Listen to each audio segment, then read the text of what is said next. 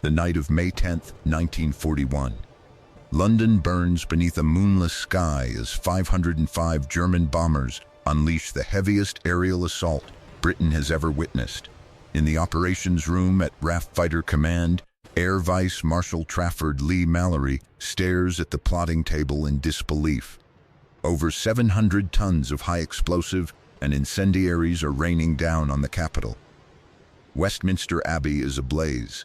The House of Commons lies in ruins. More than 1,400 civilians will be dead by dawn. But here's what makes this night different from all the others.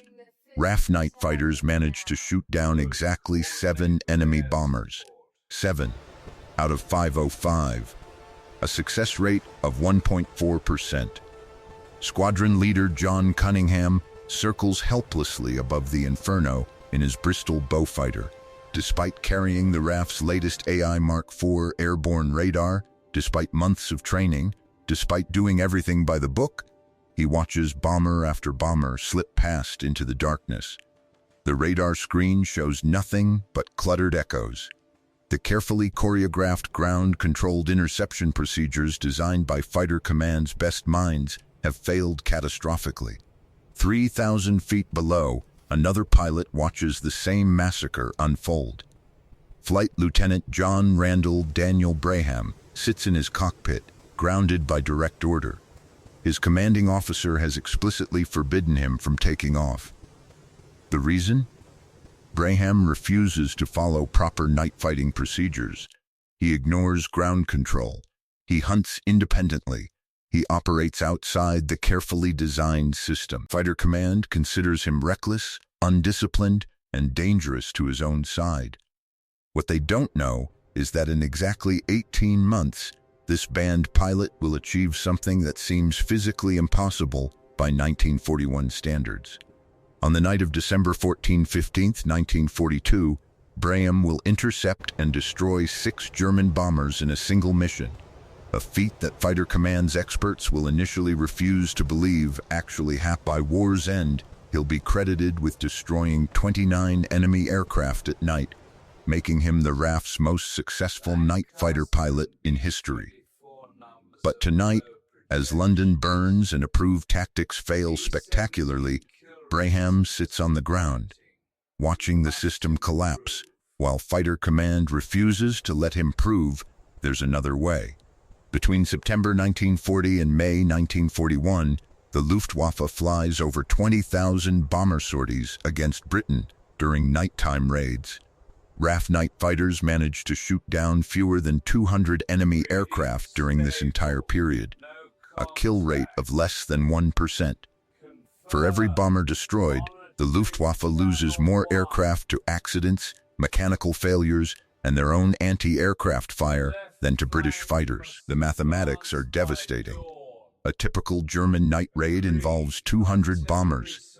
British night fighters intercept perhaps 30 of them. Of those 30 intercepts, maybe 2 result in visual contact. Of those 2 visual contacts, perhaps 1 becomes a successful attack. The survival rate for German bomber crews flying night missions over Britain exceeds 99% per sortie. Fighter Command's response follows military orthodoxy perfectly. They create the ground-controlled interception system, a marvel of 1940s technology and coordination. Ground-based radar stations detect incoming bombers and vector night fighters toward them using radio instructions. The fighters carry their own airborne intercept radar to close the final distance. Highly trained ground controllers guide each engagement using carefully rehearsed procedures. Air Marshal Sholto Douglas, commanding Fighter Command, considers the system scientifically sound. The scientists at the Telecommunications Research Establishment agree. The operational research teams validate the mathematics. Everyone with credentials and authority believes in centralized control, systematic procedures, and following the established protocols. The system fails anyway. The ground-based radar cannot distinguish between individual aircraft in a bomber stream. Controllers vector fighters toward wrong targets. Radio communications break down. bomber formations scatter, making systematic interception impossible. The carefully designed procedures work beautifully in theory, but collapse under combat conditions. By spring 1941, the cost of failure becomes unbearable. The London Blitz alone kills 43,000 British civilians and injures 139,000 more. Industrial production plummets as factories burn. Civilian morale approaches breaking point. Insurance companies stop covering bomb damage because they're facing bankruptcy. The British government secretly discusses evacuation contingency plans for the capital. Military losses mount as well. The Luftwaffe targets aircraft factories, destroying 112 fighters on the ground in a single night raid on Birmingham. They strike naval bases, sinking ships in harbor. They demolish munitions plants, creating ammunition shortages that affect every theater of war. Fighter Command throws resources at the problem. They assign more squadrons to night operations. They install improved radar systems. They create new training programs. Nothing works. The fundamental problem remains. Centralized control cannot respond fast enough to fluid combat conditions in darkness. Air Vice Marshal Quinton Brand, commanding the night fighter force, tells Sholto Douglas the grim truth. At current rates, we would need to shoot down 50 bombers per night to make raiding Britain uneconomical for the Germans. We're averaging 3. The experts propose more sophisticated radar, better ground controllers, refined procedures. They never question the fundamental assumption that night fighting requires centralized control and systematic coordination. The idea that an individual pilot could hunt independently in darkness seems not just impossible, but actively dangerous. How would ground controllers track friendly fighters? How would anti-aircraft gunners avoid shooting them down? How would pilots avoid colliding with each other? When individual pilots like Brham suggest hunting freely, Fighter Command responds with explicit prohibitions. The official doctrine is clear: freelance night fighting is banned. Pilots will follow ground control instructions or they will remain grounded. What Fighter Command doesn't understand is that their entire system is optimized for the wrong problem. John Randall Daniel Brham possesses absolutely nothing that recommends him for military innovation. Born in 1920 to a lower middle-class family in Surrey, he leaves school at 16 with mediocre grades and no university prospects. He works briefly as a bank clerk, a job he despises, before joining the RAF in 1938 as an enlisted airman, not an officer. The RAF accepts him for pilot training primarily because the expansion program needs bodies, not because he shows particular promise. His early military record suggests mediocrity bordering on incompetence. His flight instructors rate him average with adequate coordination. He crashes during training, damaging 2 aircraft. His navigation skills are poor. His marksmanship scores place him in the bottom third of his class. When war begins in September 1939, Brham has logged barely 150 flying hours total. The RAF commissions him as a pilot officer, the lowest officer rank, and assigns him to 29 Squadron flying Bristol Blenheim fighters. This is effectively exile. The Blenheim is a converted bomber, slow and poorly armed, relegated to defensive patrols while Spitfire pilots win glory over France. Brham spends the Battle of Britain flying tedious convoy protection missions, never firing his guns in anger. Everything changes during a routine patrol on August 24, 1940. Brham and his radar operator, Sergeant Wilsden, are ordered to intercept a reported enemy aircraft near the coast. Ground control provides vectors, but the target keeps changing position unpredictably. Following instructions, Brham arrives repeatedly at empty airspace. Then, Wilsden gets a radar contact. Brham ignores the controller's next instruction and follows his radar operator's directions instead. They close to visual range, and discover a WWII bomber silhouetted against searchlight beams. Brham attacks, setting the bomber's starboard engine on fire. The WWII crashes into the sea off Deal, Braham's first kill. But it's what happens afterward that matters. Brham realizes something the experts haven't. Night fighting isn't a centralized control problem, it's a hunting problem. Ground controllers can't see what the pilot sees. They don't know when the radar operator has contact. They can't react to split-second changes in enemy behavior. The systematic approach treats night fighting like solving an equation, when it's actually more like tracking deer through a forest. Over the next months, Brham develops his theory through unauthorized experiments. When ground control loses track of a target, he doesn't return to patrol altitude as ordered. He stays low, searching. When radar contact breaks up, he doesn't follow protocol and abort. He uses his eyes, looking for exhaust flames, silhouettes, anything. He begins to understand that successful night hunting requires throwing away the rulebook and trusting instinct. His squadron commander notices the pattern and confronts him directly. "You're ignoring ground control instructions." Brham doesn't deny it. The commander grounds him, ending the discussion. Brham finds an unlikely ally in his new commanding officer, Wing Commander Gordon Slade, who takes over 29 Squadron in March 1941. Slade is himself a maverick, a career officer who has clashed repeatedly with fighter command over night fighting doctrine. More importantly, Slade has authority to authorize training flights that don't require fighter command approval. They create what amounts to an illegal testing program. Officially, Brham conducts navigation exercises and radar calibration flights. Actually, he's developing freelance hunting techniques. They schedule these flights during nights when Luftwaffe activity is light, minimizing the risk that fighter command controllers will notice a fighter operating independently in controlled airspace.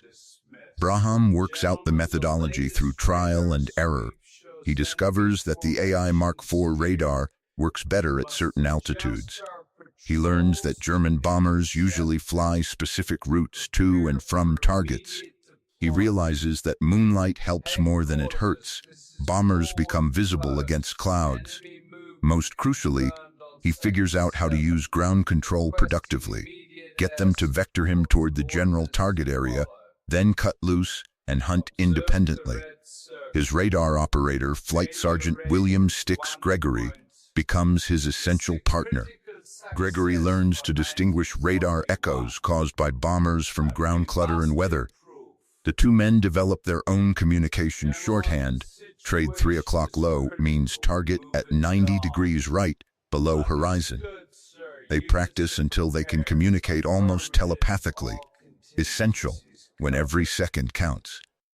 On the night of July 10, 1941, Brham and Gregory take off on an authorized patrol near Southend. Ground control vectors them toward a reported bomber stream heading for London. Following procedure, Brham climbs to the assigned patrol altitude. Then he does exactly what he's been forbidden to do.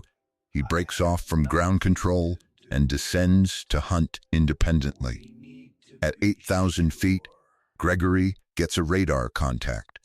Brham follows his operator's directions, closing from behind. Through the windscreen, he spots the distinctive silhouette of a WWII against the moonlit clouds. He closes to 200 yards and fires a 3-second burst. The bomber's port engine explodes. The WWII spirals down, crashing near Clacton-on-Sea. Brham reports the kill to ground control, which responds with confusion. They show no fighters in that area. He lands, files his combat report, and waits for consequences. The squadron intelligence officer interrogates Brham about the discrepancies in his report. "You were assigned to patrol at 15,000 feet. The bomber was destroyed at 8,000 feet. You were 7 miles outside your designated patrol zone. Explain." Brham tells the truth. He ignored instructions and hunted freely. The intelligence officer's response is immediate. That is illegal. You violated controlled airspace procedures. You could have been shot down by our own anti-aircraft guns. What if another night fighter had been in that area? You could have caused a collision. Wing Commander Slade's intervention saves Braham's career, but just barely. The combat report reaches RAF Fighter Command Headquarters at Bentley Priory on July 12, 1941. Air Vice Marshal Trafford Lee Mallory, commanding 11 Group, reads it with mounting fury. A pilot has deliberately disobeyed ground control, violated patrol procedures, operated in uncleared airspace, and destroyed an enemy bomber using unauthorized tactics. To Lee Mallory, this represents not innovation, but insubordination. He orders Brham to appear before a formal investigation board scheduled for July 18. The board includes 3 group captains, 2 wing commanders, a representative from the telecommunications research establishment, and a senior ground controller. Brham, a 21-year-old flight lieutenant with barely 2 years of service, faces them alone. Wing Commander Slade tries to attend, but is explicitly excluded. The message is clear: junior officers do not question operational doctrine. The proceedings begin poorly. Group Captain R.G. Yaxley opens. Flight Lieutenant Brham, you stand accused of willfully violating ground control procedures, endangering other aircraft, and operating outside your assigned patrol zone. These are serious charges. What is your defense? Brham makes a decision that will define his career. He doesn't apologize. Instead, he attacks. The current system doesn't work, sir. We're shooting down fewer than 2 bombers per 100 intercepts. The mathematics are unambiguous. Centralized control cannot respond fast enough to dynamic combat conditions. Individual pilots must be authorized to hunt independently using their radar operators and their own judgment. The room erupts. Multiple officers attempt to speak simultaneously. Yaxley pounds the table for silence. The Tray representative, Dr. Edward Bowen, speaks first. The AI radar system was specifically designed to work within ground-controlled procedures. Independent operation compromises the entire system architecture. This pilot lacks the technical expertise to evaluate radar capabilities. The senior controller, Squadron Leader Arthur Chamberlain, adds, freelance operations make coordinated defense impossible. How do we track friendly fighters? How do we vector other aircraft safely? How do we prevent anti-aircraft batteries from engaging our own planes? One lucky kill doesn't invalidate established doctrine.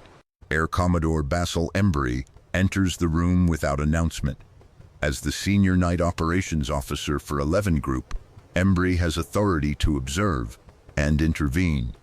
He's been reviewing night fighter statistics for weeks, and the numbers horrify him. Embry addresses the board directly. Gentlemen, I've reviewed 26 nights of operations data. Our kill rate is 1.3%. That's not a doctrine problem. That's a catastrophic failure. Flight Lieutenant Brham achieved a 100% kill rate on a single mission using unauthorized tactics. Perhaps we should examine why. The board members exchange uncomfortable glances. Embry continues, the question before us isn't whether Brham violated procedures. He clearly did. The question is whether our procedures are worth following. I submit they are not. Leigh Mallory, outranking everyone present, makes the final call. Air Commodore Embry, you're suggesting we abandon systematic control and authorize chaos in our own airspace? Embry's response is measured. I'm suggesting we authorize experimental operations. Let Brham and a small cadre of experienced pilots conduct 6 weeks of freelance operations. Measure the results. If performance improves, we reconsider doctrine. If it doesn't, we court-martial him properly. Either way, we learn something. The silence stretches for nearly 30 seconds. Leigh Mallory finally speaks. 6 weeks. Brham will operate under special authorization from my office. He will file detailed reports on every mission. If kill rates don't improve significantly, he faces court-martial for the violations already committed. Clear? Brham responds, yes, sir. By August 1941, 3 other pilots receive authorization for experimental freelance operations. Flight Lieutenants Richard Stevens, Charles Widdows, and Michael Constable Maxwell. Fighter Command secretly creates what they internally call the freelance flight. 4 pilots and their radar operators authorized to ignore ground control and hunt independently. The experiment begins on August 18, 1941. Over the next 6 weeks, these 4 pilots will destroy 22 German bombers while operating freelance, more than the entire rest of RAF night fighters combined during the same period. Before we continue with how these revolutionary tactics changed aerial warfare forever, I need to ask for your support. If you're finding this deep dive into forgotten military innovation valuable, please hit the like button. It genuinely helps this channel reach more history enthusiasts who appreciate these untold stories. And if you haven't subscribed yet, click that subscribe button and the notification bell. We publish thoroughly researched documentaries like this every week, covering the innovators and mavericks who changed warfare through sheer determination. Your subscription directly supports the extensive research these episodes require. Now let's see what happened when Braham's unauthorized tactics faced their ultimate test. The comparison is stunning. During September and October 1941, the 4 freelance pilots destroyed 31 enemy aircraft in 87 sorties, a success rate of 35.6%. The rest of RAF night fighters, operating under standard ground-controlled procedures, destroy 18 aircraft in 12 sorties, a success rate of 4.4%. Braham's unauthorized approach is 8 times more effective than approved doctrine. Fighter Command's Operational Research Section, forced to acknowledge the data, begins investigating why. Their analysis reveals something the experts missed. Night fighting isn't primarily limited by radar technology or ground control coordination. It's limited by decision-making time. In the 45 seconds it takes a ground controller to analyze a situation and transmit instructions, a bomber can change altitude, direction, and speed enough to break contact. A pilot and radar operator, working as an independent team, make those same decisions in 5 seconds. By November 1941, Air Marshal Schulte Douglas personally authorizes expansion of the freelance program. 6 more pilots receive training in independent hunting techniques. Fighter Command quietly begins modifying doctrine, though they won't officially acknowledge the change for another year. The night of December 15th, 1942, becomes the ultimate validation. Intelligence reports indicate a major Luftwaffe raid targeting Southampton and Portsmouth. Over 250 German bombers are expected. Brham, now a squadron leader commanding 141 Squadron, takes off from RAF Ford at 10:47 p.m. in his new de Havilland Mosquito night fighter. The Mosquito is faster than the Beaufighter, carrying improved AI Mark VIII radar. Brham has his regular radar operator, Flight Lieutenant William Stix Gregory, in the seat behind him. They've flown together for 18 months now, developing almost telepathic coordination. Ground control provides initial vectors toward the incoming bomber stream. At 11:18 p.m., over the Isle of Wight, Brham cuts loose from control and begins hunting independently at 18,000 feet. Gregory picks up the first contact at 11:26 p.m. Trade 11 o'clock. Level. Range 3 miles. Brham turns left and closes. The target materializes as a Dornier Du 217, silhouetted against scattered clouds. He closes to 300 yards and fires a 4-second burst. The bomber's starboard wing erupts in flames. It spirals downward, crashing near Ventnor at 11:31 p.m. Second contact, 11:39 p.m. Trade 2 o'clock, slightly below, range 4 miles. Another Du 217. This one spots Brham and attempts evasive action, diving hard. Brham follows, closing to 150 yards. dangerously close. His cannon shells walk across the bomber's fuselage. The Dornier breaks apart in mid-air, scattering debris across the Solent. Third contact, 11:52 p.m. A Junkers Ju-88, flying alone at 15,000 feet. Brham attacks from directly astern. The bomber's rear gunner opens fire, tracer rounds passing within feet of the Mosquito's canopy. Brham holds his nerve, aims carefully, and fires. The Ju-88's port engine explodes. The bomber goes down near Cowes. Fourth contact, 12:07 am. Another Ju-88, this one in a shallow climb, trying to gain altitude. Brham stalks it for nearly 5 minutes, positioning for the perfect shot. At a 150 yards range, he fires a sustained burst. The bomber's fuel tanks ignite. The crew bails out as the aircraft cartwheels earthward. Fifth contact, 12:23 am. A Heinkel He-111, flying low over the channel, attempting to escape. Brham descends to 8,000 feet and closes rapidly. The Heinkel's pilot sees him coming and throws the bomber into violent evasive maneuvers. Brham matches every turn. At 200 yards, he fires. The Heinkel's engines die, and the bomber ditches in the channel. Brham circles, watching crew members escape into a life raft. Sixth contact, 12:41 am. The final kill is another Du-217, caught while climbing toward Southampton. This bomber never sees Brham coming. He closes to 100 yards, point-blank range, and fires. The Du-217 disintegrates, scattering wreckage across Hampshire farmland. Brham lands at 1:15 am, fuel nearly exhausted. Gregory is physically shaking from adrenaline. They've been in combat for nearly 2 hours, destroying 6 confirmed bombers. The ground crew initially refuses to believe the count until they examine the gun camera footage. German bomber crews begin reporting a terrifying new threat. Hauptmann Wilhelm Herget, a Du-217 pilot who survived an encounter with Brham in January 1943, later described it, "We called him Der Nachtgast, the night ghost." He would appear from nowhere, strike without warning, and vanish. Our standard evasion tactics didn't work against him. It was like being hunted by something that could see in complete darkness. Luftwaffe intelligence documents captured after the war reveal growing concern about RAF freelance tactics. A January 1943 report notes, British night fighter effectiveness has increased dramatically. Success rates suggest new tactical approach, emphasizing individual initiative over centralized control. Recommend formation flying and increased vigilance. The single aircraft night bomber sortie is becoming unsustainably dangerous. By spring 1943, the Luftwaffe drastically reduces night bombing operations over Britain. The mathematics have shifted decisively.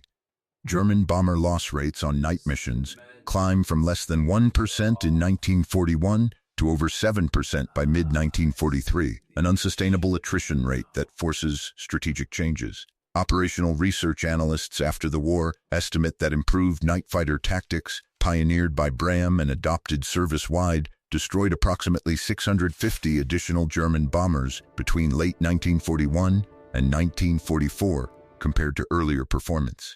Each bomber carried a crew of 4 to 5 men and approximately 4 tons of bombs.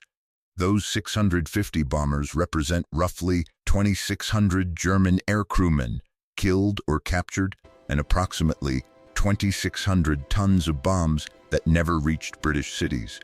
Bombs that would have killed an estimated 3,200 civilians based on 1941-1942 casualty rates. Wing Commander Dennis Barnum, who flew Mosquitoes using Braham's tactics in 1943-1944, summarized it years later. "We calculated that the switch to freelance night fighting saved between 3,000 and 4,000 British lives. Not soldiers, civilians, people sleeping in their homes who never knew how close they came to dying." Before we reach the extraordinary conclusion of Braham's story, this is the perfect moment to ask for your help in keeping this channel going.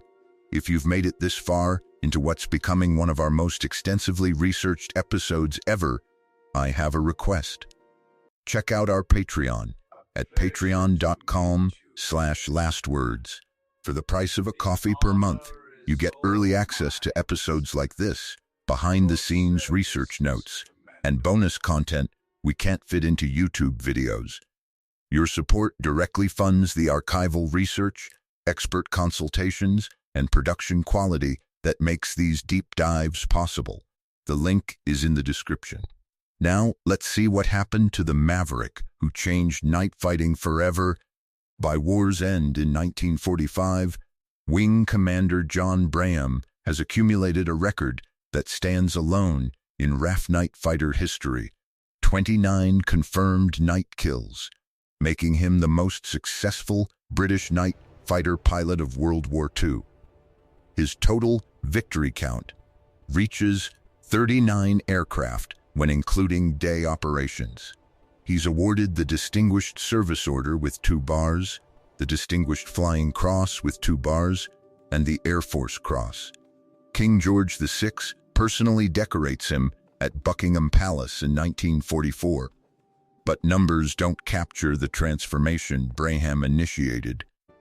By 1943, the RAF completely restructures night fighter operations around freelance hunting tactics. Every night fighter pilot receives training in independent operation. Ground controllers shift from directing individual intercepts to providing general target area information. The carefully designed centralized system that Fighter Command defended so vigorously in 1941 is quietly abandoned.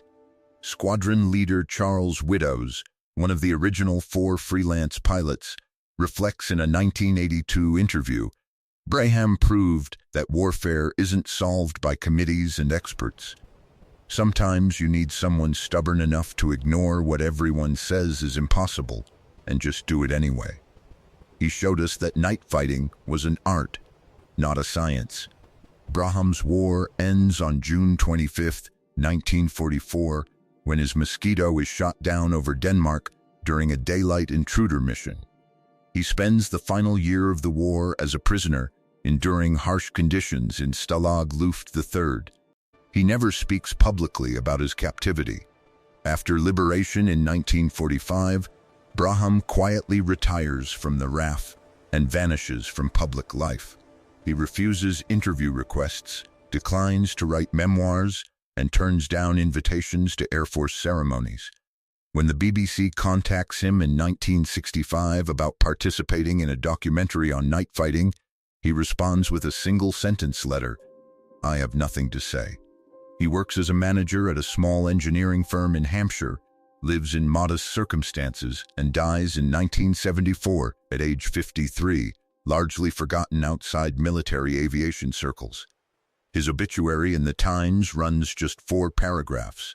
Today, every Air Force in the world trains fighter pilots in beyond visual range combat using principles Brham pioneered: independent decision-making, minimal ground control, and trust in pilot-operator teams. Modern fighter doctrine explicitly emphasizes decentralized execution, the idea that individual pilots must be free to make split-second tactical decisions without waiting for centralized approval. When military historians analyze the transition from centralized command to mission-type tactics in air warfare, they trace the lineage back to a 21-year-old flight lieutenant who refused to follow procedures and proved there was a better way. One final story captures Braham's legacy. In 1972, 2 years before his death, he attends a small reunion of 141 squadron veterans. A former bomber crewman approaches him, a man who flew over Germany in 1943. The veteran shakes Braham's hand and says simply, "Because of you, the Luftwaffe stayed home more nights. Because they stayed home, we came home. Thank you." Brham says nothing. He just nods. Sometimes the greatest heroes are those who change everything and then quietly walk away.